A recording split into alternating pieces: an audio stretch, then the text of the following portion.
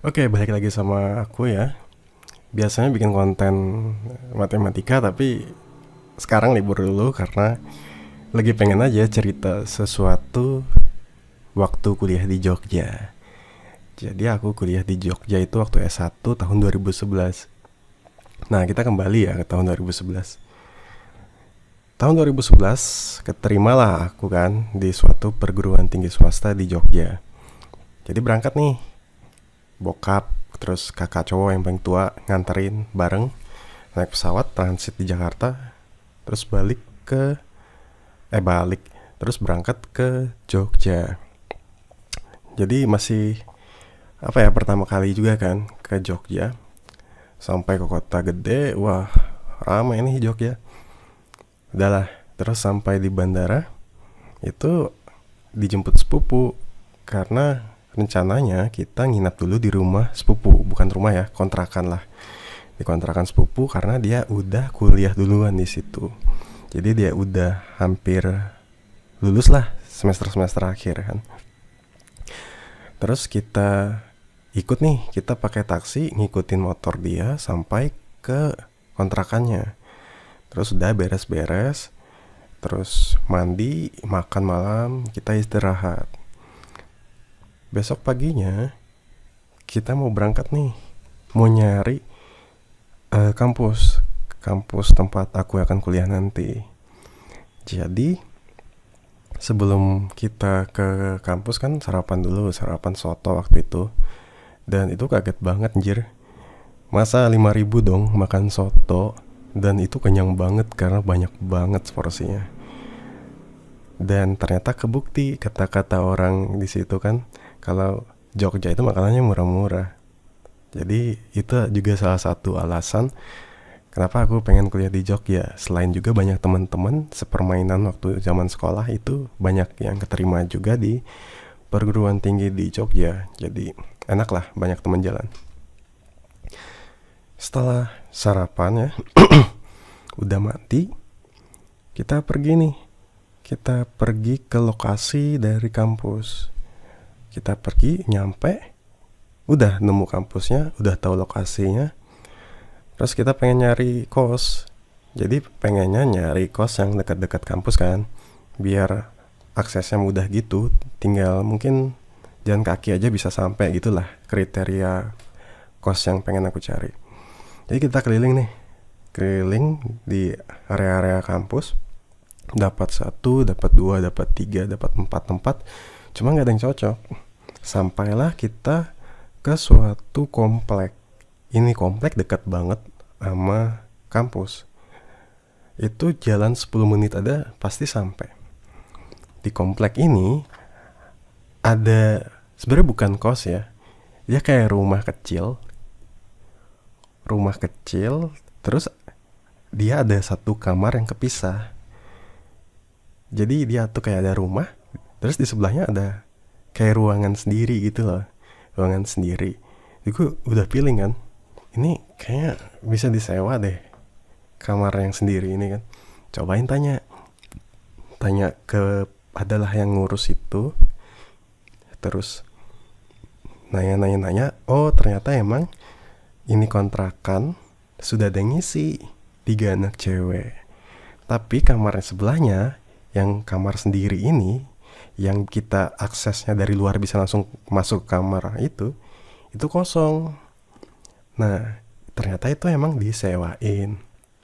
Udah ngobrol, dan harganya murah ya, termasuk murah banget. Itu bokap langsung bayar 2 tahun dong. Jadi gue udah ditaruh situ aja 2 tahun lah. Jadi kamarnya itu lumayan gede ya, ada kamar mandi dalam juga. Jadi kalau aku pengen mandi itu nggak perlu ke rumah sebelah, karena ada kamar mandi sendiri kan dalam kamar.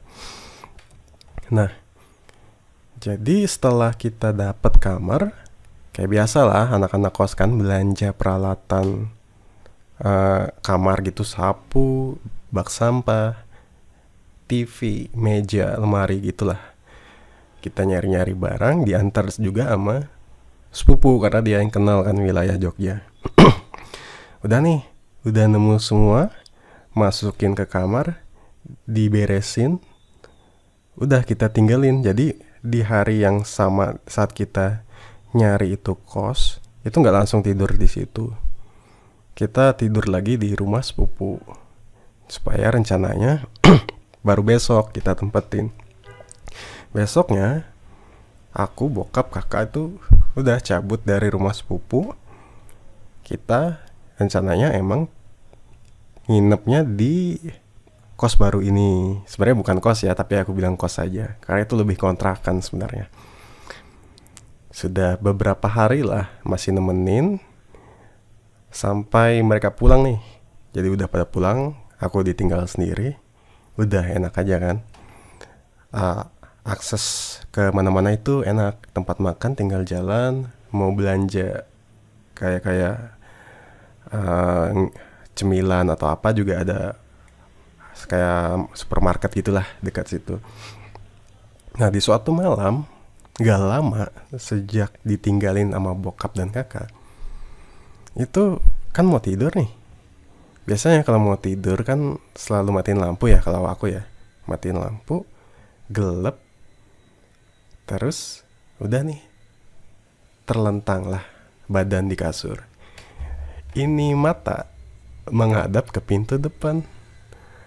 Nah jadi kan di luar itu ada lampu jalan nih, di komplek itu ada lampu jalan kan, jadi agak terang lah.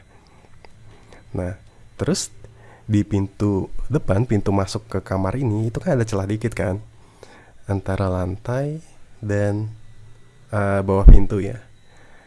Nah itu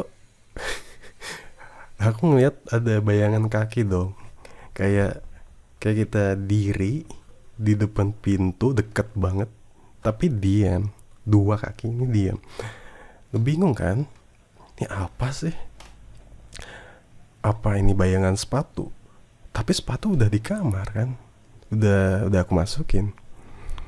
Terus ini masih berpikir logika nih, karena aku emang kurang percaya dengan hal-hal yang gitu kan.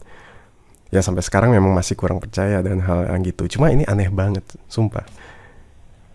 Terus mikir lagi, mungkinkah yang ngontrak di sebelah ini ngisengin aku? Kan bisa aja kan ngisengin, tapi kan ini cewek semua, terus kita juga cuek-cuekan aja. Terus siapa ya?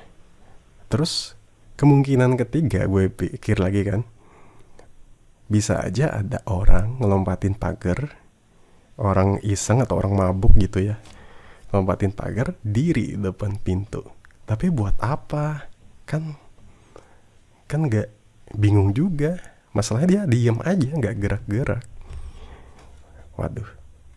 Jadi kan karena memang itu rumah gak ada halamannya. Itu rumah teras, langsung pagar depan. Nah pagar ini kan gak tinggi-tinggi amat kan. Jadi mikir sih bisa aja orang luar ngelompat terus ngiseng gitu kan, bisa aja. Cuma setelah itu kan udah gak peduli, dibawa tidur aja. Udah itu selesai malam itu. Tapi juga masih bingung itu sampai sekarang apa, masih belum dapat penjelasannya. Udah itu. Nah terus ini sudah jalan sekitar sebulan atau 2 bulan gitu ya. Sudah enak lah tinggal di situ. Karena emang ya di sebelahan cewek-cewek juga kan. Tapi emang mereka jarang di rumah. Mereka itu pada kerja, jadi pulang malam mulu. Nah terus ini kan kamar mandi dalam sendiri kan. Nah tiap air habis di kamar mandi tersebut kan mesti hidupin pompa air kan.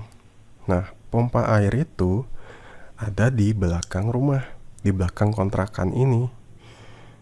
Dan kalau mau ngidupin ya mesti ke belakang kan. Cuma kalau aku pengen ke belakang rumah gak perlu akses dari rumah sebelah. Nah jadi antara rumah sebelah dengan kamarku yang sendiri ini ada lorong kecil yang mengarah ke belakang rumah. Disitulah lokasi dari pompa air. Dan pertama kali air habis nih, ini masih siang ya, lewat lorong itu ke belakang rumah. itu banyak barang antik. Di belakang itu ada kayak bingkai lukisan gitu yang udah debu-debu dan barang-barang yang nggak ngerti dah. Jadi pokoknya tiap air habis mesti ke belakang buat ngidupin. Nah, jadi ini suatu malam mandi telat banget nih. Sekitar jam 10 atau jam 11 gitulah, udah telat banget. Mau mandi, air habis kan. Nah, otomatis kalau air habis mesti ke belakang buat ngidupin pompa. Udah nih. Jadi pompa itu emang ngalirin ke kamar mandi aku dan kamar mandi di rumah sebelah ya. Dan biasanya kalau emang barengan habisnya, si rumah sebelah juga habis, mereka kadang ngidupin juga sendiri. Jadi ya yang ini posisinya malam banget kan, mungkin udah pada nggak makai kamar mandi yang anak-anak sebelah. Gue pengen mandi tapi air habis, otomatis mesti ke belakang dong. Ke belakang ya kan, lewat lorong kan. Gelap banget loh. Terus balik lagi karena apa? Gelap. Mau ngambil HP buat penerangan. Zaman dulu kan HP masih belum ada fitur senter ya. Jadi penerangan itu masih dari layar HP. Udah nih, ngambil HP, pergi ke lorong, jalan sampai belakang rumah, mau ngidupin pompa air. Kan ada ketekannya nih buat switch on dari pompa airnya. Belum nih ngidupin pompa air, baru dekat aja. Masa di sebelah telinga ada yang niup dong, kayak gitu. Itu diam dulu tuh selama beberapa detik. Itu pikir secara spontan gitu ya, berpikir ini gelap gak ada orang, itu siapa? Entah aku halu ya, tapi yang jelas itu emang kerasa banget ada yang niup. Gak jadi dong ngidupin pompa, langsung balik badan, lari ke kamar. Padahal apa ya, ya emang sebenarnya nggak percaya gitu-gitu ya, cuma karena baru pertama kali ngalamin hal yang aneh gitu di kota orang pula, ya aku kan nggak mau nebak-nebak juga kan, jadi langsung ke kamar aja. Ke kamar, nah di situ aku pikir keras, itu siapa ya? Ya udah bela-belain tuh gak mandi malam itu, jadi mandinya besok pagi aja lah. Jadi ya mau boker ya tahan-tahan aja. Udah males kan ke belakang, mending pas terang lah. Udah tuh. Setelah itu gak ada apa-apa sih memang, sampai kakak cewek main ke Jogja dan tidurnya kan di kamar aku juga. Suatu malam nih kita pengen tidur, matiin lampu, terus diam, sudah mau tidur kan, tiba-tiba TV itu nyala sendiri dong. TV yang emang menghadap ke kasur aku kan, itu hidup sendiri, padahal remote-nya itu di deket TV. Terus tahu nggak yang tayang itu apa? Itu yang tayang langsung lagu sinden Jawa gitu. Jadi kayak TV lokal Jogja yang nayangin acara sinden yang jadul amat gitu. Jadi bengong dong. Aku sama kakak tatapan bengong. Nanya, kamu yang hidupin? Enggak kan? Ya terus itu gimana? Itu gimana bisa hidup? Ya nggak tahu, remote-nya aja di sana. Ya udah, langsung lah kita matiin, udah tidur, nggak peduli kan. Udahlah, itu selesai. Nah, tapi setelah itu sampai akhir-akhir mau selesai di kamar itu ya, sampai mau habis nih, udah mau 2 tahun, itu nggak ada apa-apa. Jadi aman-aman aja, cuma kejadian aneh-aneh yang tadi aku ceritain aja yang terjadi, terus nggak ada lagi. Nah, jadi ini belum selesai 2 tahun itu aku pindahnya bukan apa-apa ya, tapi karena banyak maling di sana. Udah pernah kehilangan sepatu, kehilangan kamera DSLR, dan kehilangan laptop di hari yang berbeda. Itu tiga-tiganya hilang, nggak ngerti juga kenapa. Yang nggak ngertinya itu jendela kamar ada teralis Terus pintu juga dikunci gembok. Dan posisinya itu gembok nggak rusak. Gembok itu nggak rusak. Teralis juga nggak rusak, nggak ada yang ngebuka gitu. Ini maling masuknya lewat mana? Itu yang paling misteri juga. Apa dia lewat plafon, tapi nggak ada akses bolongan plafon gitu kan? Biasanya ada kayak kebukaan plafon, tapi ini nggak ada. Jadi bingung masuknya lewat mana. Ternyata si tetangga sebelah juga pernah kehilangan laptop, cuma mereka juga bingung, nggak tahu yang nyuri siapa. Udah kan ngabarin bokap, yaudah pindah aja daripada nanti kejadian maling lagi. Biar aja belum habis kan. Udah pindah. Nah, udah nih. Beberapa lama kemudian kan aku udah di tempat baru, udah di kos baru. Nah, yang kos baru ini emang benar-benar kos, bukan kayak kontrakan. Jadi ternyata si juniorku ya, yang satu kampus, angkatan di bawah,